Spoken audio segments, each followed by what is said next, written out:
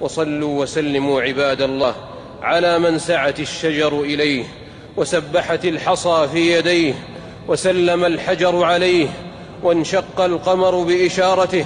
وحن الجذع لعبارته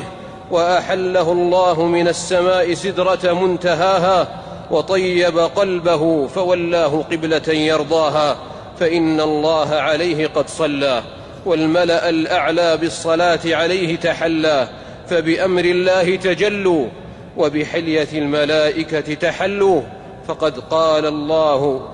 قال الله عز وجل: إن الله وملائكته يصلون على النبي يا أيها الذين آمنوا صلوا عليه وسلموا تسليما.